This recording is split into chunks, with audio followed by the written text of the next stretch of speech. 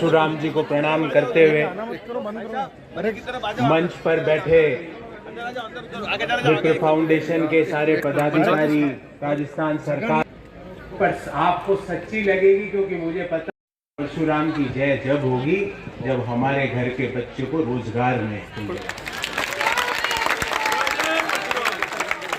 भगवान परशुराम की जय मैं बोलता हूं, आप भी बोलिए। 1 करोड़ बार नहीं, 5 ट्रिलियन बार बोलेंगे,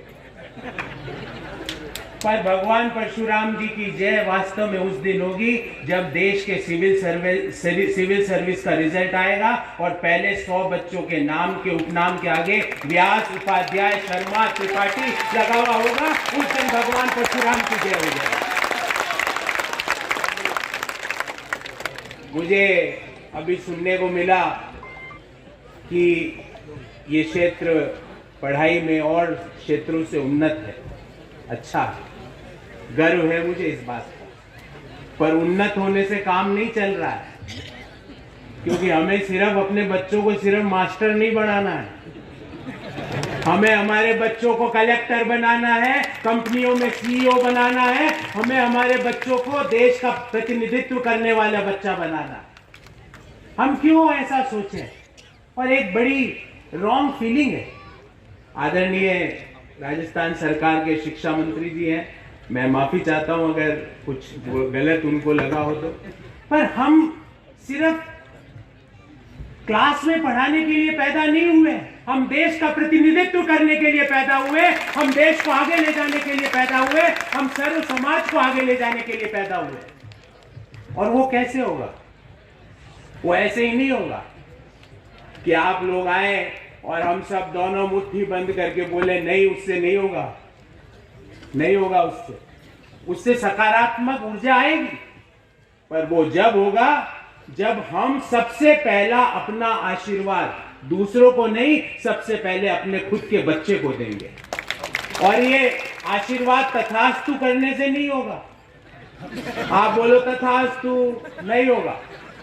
उसके लिए आपको मुझे अपने बच्चों के साथ उतनी ही मेहनत करनी पड़ेगी जितनी वो कर रहे हैं, जब भी हम भगवान परशुराम की जय बोलने के हकदार हैं, वरना बोले जाए। तो सबसे पहला मेरा विप्र फाउंडेशन में मैं पिछले 14 वर्षों से जुड़ा हुआ हूं। कई काम भी किए हमने किए, शिक्षा के क्षेत्र में भी कई काम किए।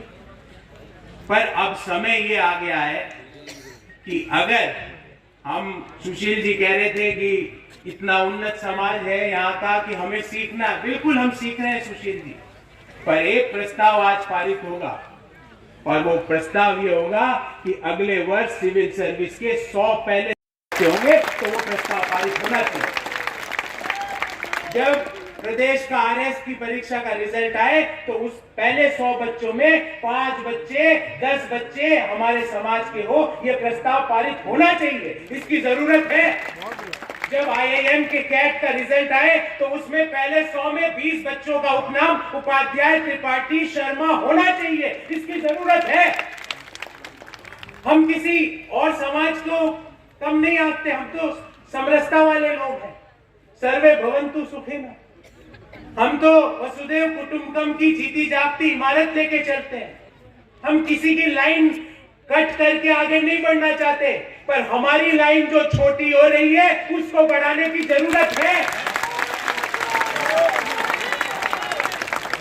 साथियों, मेरी क्लास में भी इतना साइलेंस नहीं रहता जितनी तन्मयता से आप सुन रहे हो, मुझे इस बात का गर्व है। साथियों, तो पहला आशीर्वाद तो देना बच्चे को, और बच्चों में भी मैं आपको बताऊं, क्योंकि मैं एक पुत्री का पिता हूं, बच्चों में भी पुत्रियां अपने समाज का नाम ज्यादा ऊंचा कर सकती, ये मेरा अनुभव है।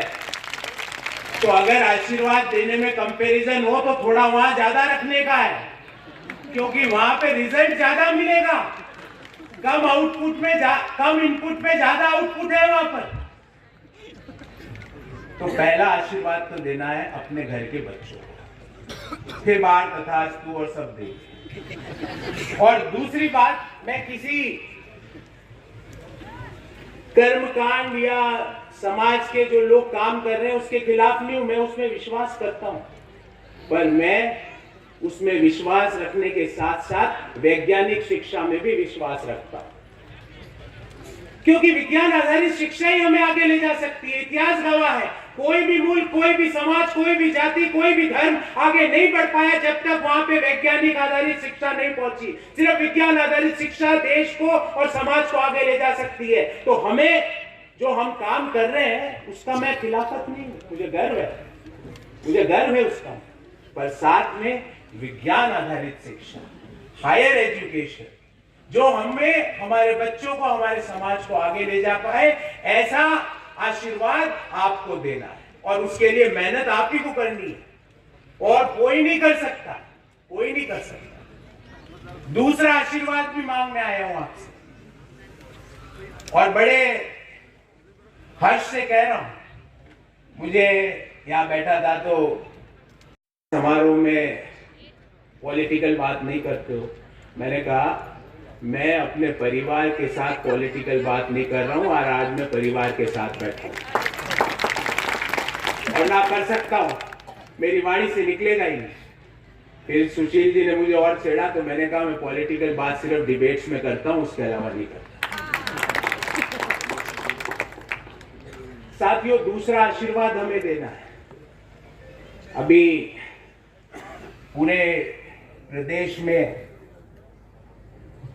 नंबर 1, नंबर 2, नंबर 3, नंबर 4 की बुकिंगें हो रही है।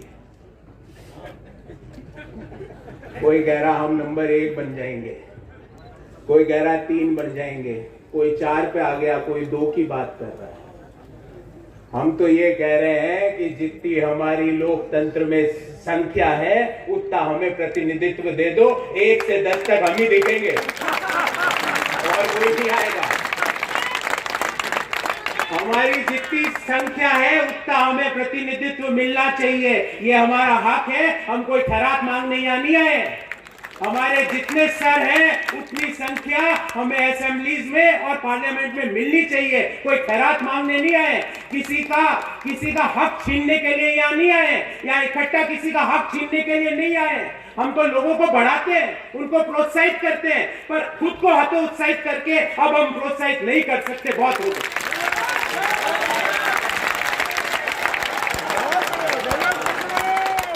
इसलिए दूसरा आपसे आशीर्वाद मांगने आया हूं। पहला आशीर्वाद बच्चे को, बच्चे से ज्यादा बच्ची को। दूसरा आशीर्वाद, जो भी जनप्रतिनिधि अपने समाज का हो उसको पूरी ताकत से उसको इतना शक्तिशाली बनाओ कि जब वो दहाड़े तो देश, जयपुर, दिल्ली तक गूंजता रहे, ऐसी ताकत उन लोगों को दीजिए। तो ये दूसरा आशीर्वाद उनको देना है, क्योंकि अगेन पहले तो हमारे बच्चे सरकारी नौकरियों में डीएम बन जाएंगे, एसडीएम बनेंगे, कंपनियों के सीईओ बनेंगे, और उसके बाद यदि हमें हमारी लोकतंत्र की व्यवस्था के अनुसार संख्या बल के अनुपात में हमें हमारा रिप्रेजेंटेशन मिला तो सुशील जी 1, 2, 3, 4, 5, 6, 7, 8, 9, 10 किसी को गिनने की जरूरत हम नहीं रखेंगे, ये मेरा आपसे वादा है। दूसरा और तीसरी एक छोटी बात और कहूंगा। क्यों ऐसा देश के टॉप यूनिवर्सिटी में हमारे खिलाफ के नारे लिख दिए जाते हैं और हम खामोश रह जाते हैं?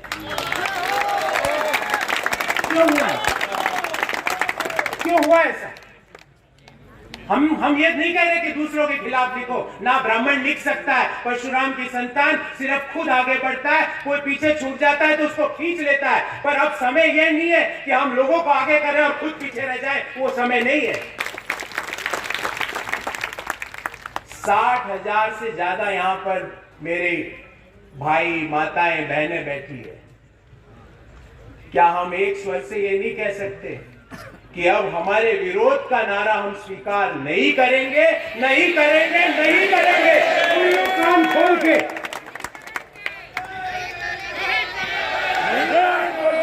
क्यों ऐसा होता है? क्यों ऐसा होता है कि सार्वजनिक मंचों से कह दिया जाता है कि हम लोगों को जातियों में बांटते हैं? अरे हमारे तो खून में समरसता है। हमारे पास अगर एक रोटी होती है तो हम पहले दूसरों की मदद करने की चेष्टा करते हैं, क्योंकि ये भगवान परशुराम जी का खून है। हमारे तो खून में त्याग है, हमारे तो हड्डियों में त्याग है। गाय हमारी हड्डियां चाट जाती है, पर हम उस त्याग में अपनी अपनी भक्ति में इतने लीन होते हैं कि आंखें नहीं खोलते हैं। हमारा तो वो इतिहास है। तो क्यों हमें ऐसा कह दिया जाता है और क्यों कोई नहीं बोलता?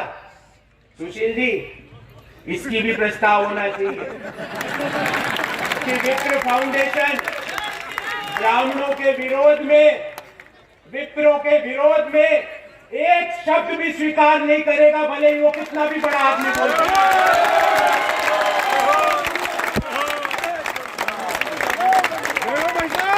एक शब्द भी स्वीकार नहीं करेगा। और आपको जान के मैं तो आप ही की जैसा हूं, जैसा आप सोचते हो वैसी मेरी भी सोच है। मैं कोई अद्भुत चमत्कारिक आदमी नहीं हूं, ना जादू आता है मुझे। मैं तो आप ही की जैसा हूं। पर सुशील जी, जब ब्राह्मणों के विरोध में लिखा गया देश के शीर्ष संस्था में, तो आपका भाई ने सबसे पहले स्टेटमेंट दिया कि मैं इसका खंडन करता हूं। ये हिम्मत कैसे हो गई? हम किसी का विरोध नहीं करेंगे, हम किसी का विरोध नहीं करेंगे, पर हम किसी के सामने अपनी इंसल्ट भी नहीं करवाएंगे, हम किसी के सामने अपना अपमान नहीं कराएंगे। और यह प्रस्ताव पारित होना चाहिए, यह प्रस्ताव कि हम किसी के अपमान नहीं करेंगे, और हम कर ही नहीं सकते। हमारा तो अपब्रिंगिंग ही वैसी नहीं है, हमारे तो खून में वैसा नहीं है। पर अगर कोई हमारा अपमान करेगा तो भले कितना भी बड़ा आदमी हो, हम उसका मुंह तोड़ विरोध करेंगे, मुंह तोड़ विरोध करेंगे। ये प्रस्ताव पारित होना चाहिए।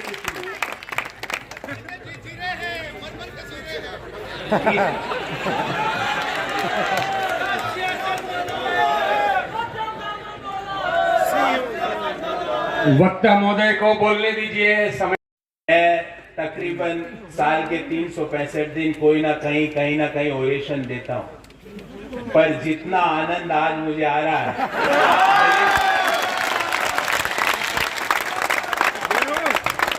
आप मुझे रोकने की कोशिश भी करोगे तो ये विप्र रुकने वाला नहीं है।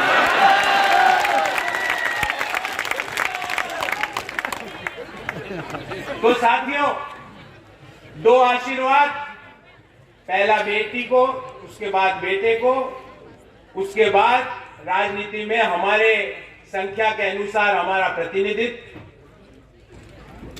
और तीसरी बात कि अब हम अपमान सहन नहीं करेंगे, बिल्कुल नहीं करेंगे। अगर ये तीनों बातें हमने कर ली साथियों, यकीन मानो, ये मेरी अंतरात्मा से बोल रहा हूं, कोई गलती हो गई तो माफ करना। यकीन मानो भगवान परशुराम बिना उनकी जय जयकारा के हमें अपना आशीर्वाद ऊपर से जरूर देंगे। यकीन मानो कि हम एक जो उन्नत समाज, सामाजिक समरसता जिसको लेके विप्र फाउंडेशन शुरू, हम नहीं बता पाते, वो आज बताऊंगा। विप्र कल्याण बोर्ड की स्थापना हुई राजस्थान सरकार ने की। बहुत हम उसका समर्थन करते हैं, हमें गर्व है उस चीज का। पर आपको जान के एक चीज का ताज्जुब होगा, सुशील जी ने कई बार मुझे बोलने से रोका है, पर उसके लिए जो पहला लेटर लिखा गया था, उस सारे पॉलिटिकल पार्टीज को वो विप्र फाउंडेशन द्वारा लिखा गया, क्योंकि जिस आइडियोलॉजी को मैं बिलोंग करता हूं, और आपको पता है मैं किसको बिलोंग, उनको वो लेटर देने मैं और सुशील जी साथ गए थे। और मुझे गर्व है इस बात का कि उसको मैनिफेस्टो में इंक्लूड किया गया। और जब एक पार्टी, क्योंकि मैनिफेस्टो तो क्या है साहब, कॉपी हो जाते हैं, जब एक पार्टी लिख देती है दूसरे सब लिखते चालू कर देते हैं। तो सारे पॉलिटिकल पार्टीज ने उसको अपने मैनिफेस्टो में इंक्लूड किया और मुझे गर्व है ये बताते हुए कि राजस्थान की सरकार ने देश में पहला विप्र कल्याण बोर्ड बनाया है।